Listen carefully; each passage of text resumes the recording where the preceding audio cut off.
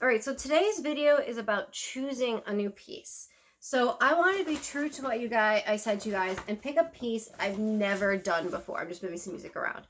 So what I did is I have a lot of books of music that I've collected over the years, and there's no way for me to have gone through every piece. So I want to pick a piece that would require me to put some extra work in. It's going to push my vocal range.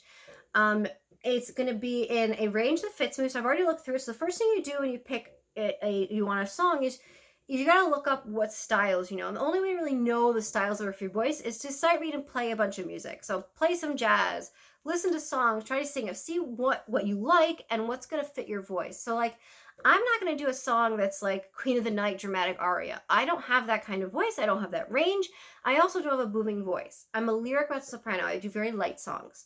And then the next thing is picking the era. So I do a lot of classical, romance, baroque music, which actually is more interesting than people think they are, because if you know the words, it's actually quite interesting. And then I had to pick something in a language. So I can sing in many different languages, and I'm choosing something in French because it was going to require me extra work to work on the pronunciation. French is hard for pronunciation if you're not familiar with the language, but I also think it's very pretty. And then I wanted to pick something that I've never worked on before to my knowledge. So after going through much of music, I found a piece that I think I'm going to do. I have not sung it before yet.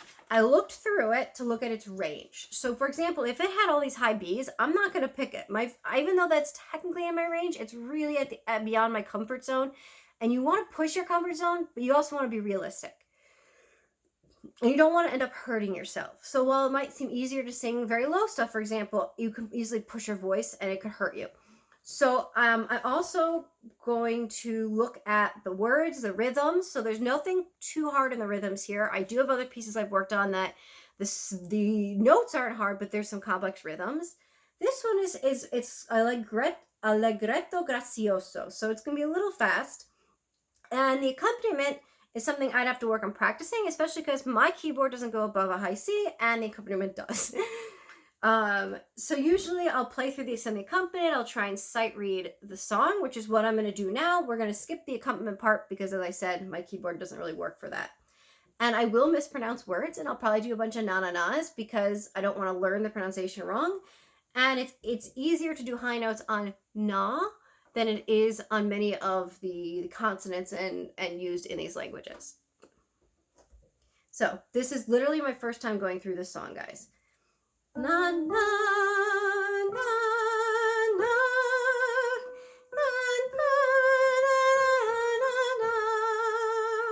na na.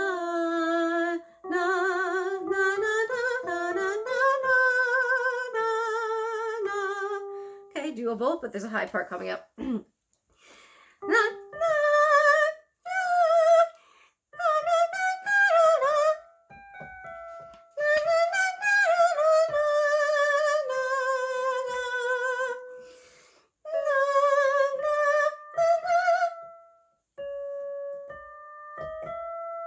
Okay, different. There's some changes there.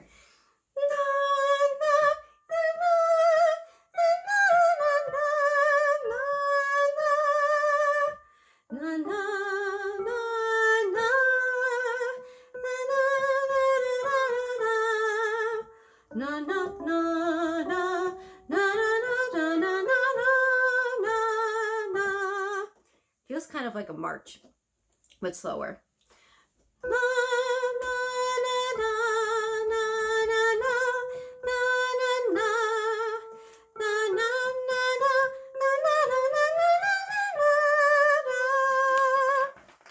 I'm also going like this with my fingers to try to keep in somewhat of a tempo. It's in 6/8. Oh, they changed keys on me. See, that's the thing about Siri. I didn't even notice they changed keys. When did they do that? Oh, that was back up here, right? I'm going back because I didn't realize they changed keys. This is sight reading.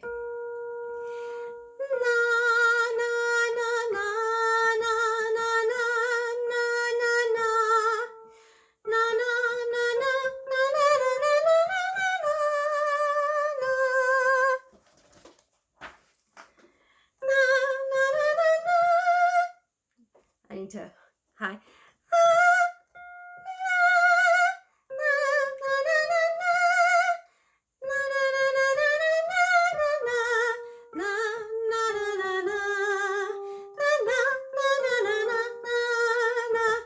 And now the change of keys with me again. Na na na na na na na na na na na na na na na na.